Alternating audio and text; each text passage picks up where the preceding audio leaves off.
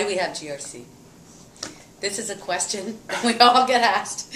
Is this a marketing term? Governance, risk, and compliance, GRC. When you go into organizations, they say, we don't need GRC. We've got internal audit. We've got enterprise risk management. We've got information security. Why do we need GRC? Well, there's 5 reasons why we need GRC and why GRC has become so popular in the last 2 or 3 years. It was a term invented actually 10 years ago by an analyst at Forrester, Mike Rasmussen, and it took about 5 or 6 years to catch on. But let me just go over the 5 forcing functions that are causing GRC to be important. The first one is information explosion. There's a ton of information out there that's growing exponentially. It's the digital universe. There's so much information out there. A lot of it is sensitive and a lot of it is regulated. And it's growing. It has to be managed. Number 2, there's an avalanche of regulation. Everywhere we go, all over the globe, new regulations, new business requirements, many, many, many. Too many to try to manage in a manual way. These are not the days of Sarbanes-Oxley 10 years ago. The third is the hyper-extended enterprise. The fact that we've got mobile employees, we've got our systems reaching into our supply chain and reaching into our customer environments in ways that we just didn't experience even 2 or 3 years ago.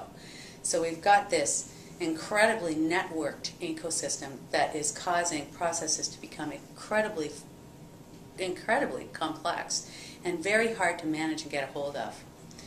The fourth thing is virtualization and cloud computing. A lot of our processes are no longer within the boundaries of our organization. In fact, the boundary of our organization has really dissolved.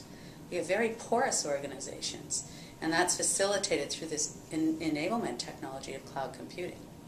And the 5th forcing function, or driver, is this, and probably the most important, is this incredible need for visibility from a wide variety of stakeholders. So we're in this real-time, very complex, growing universe. And the old structures and processes of internal audit, or risk management, or operational risk, or even information security are not designed to give us this almost real-time dynamic view into what our risk posture is.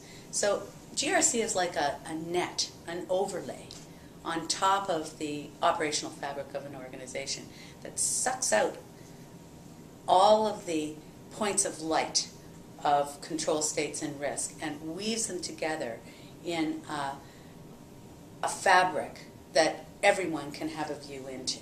So it's a matter of holistically managing common processes of the silos that are already there in a new way to take advantage of technology and to allow us to manage in this very dynamic, very complex, growing landscape.